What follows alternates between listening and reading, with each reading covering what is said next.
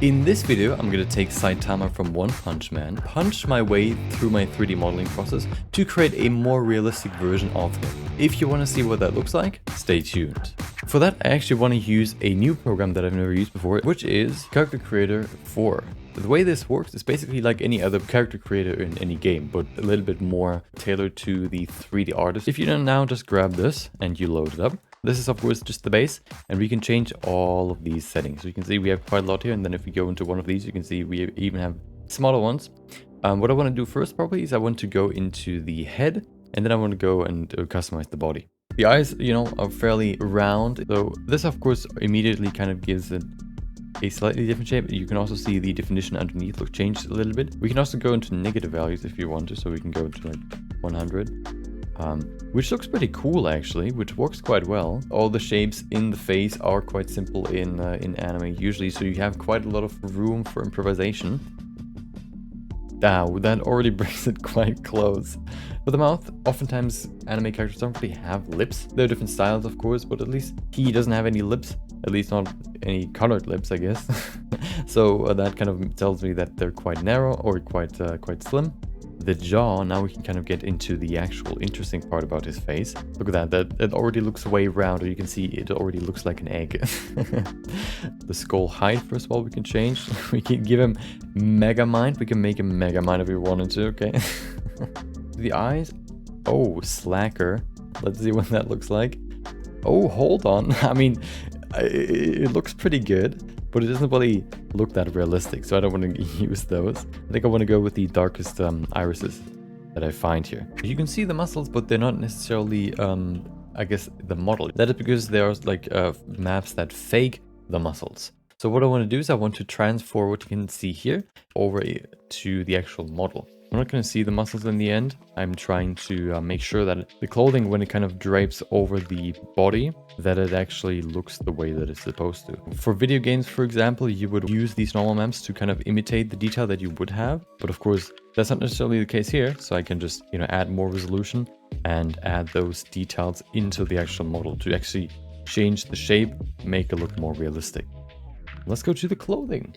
So the way this works is pretty simple. You just have your person in here. We can now just add some sort of fabric. There you go. And then if we press spacebar, this is what happens. Ooh. We can then also say that they're supposed to be sewn together. There you go, 1 and 1. Which means now if I hit spacebar, they're being pulled together because they are being sewn together. And this is now how we're going to create the piece of clothing.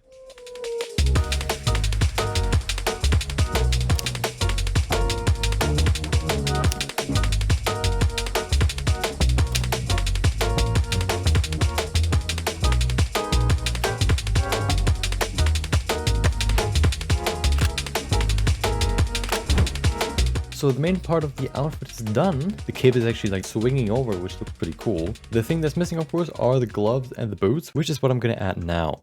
The way I'm going to do this is fairly simple. I'm just going to go in here. I'm going to go to the model that we already have. Because what we can do basically is we can go and select everything that we have here until we reach the point where the gloves should basically end. Control D to duplicate. Control P to separate. And then we have a duplicate of the hand. Of course, it's not looking perfect right now because I need to still add some wrinkles and all that stuff, but that's what I'm going to do now. What I want to use is the inflate function and just push it outwards. Bring it as close as possible to the glove, and then we can push it all in there. So we can even use this fold as if the glove created it. Give it a little bit more detail here by adding some creases where there should be some. Just kind of suggests that it's kind of folding into each other because of the movement. The boot shouldn't be too hard either.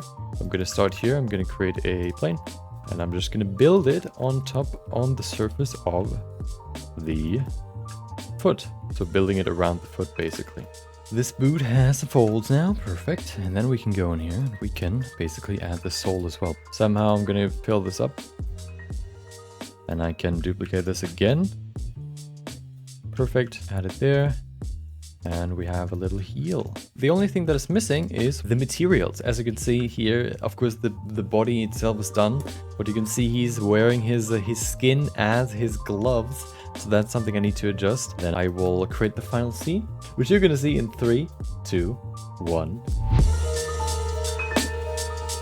I think it turned out pretty good. There might be 1 or 2 things that I would want to change, but overall I'm quite happy with it. What do you think? Feel free to put it in the comments.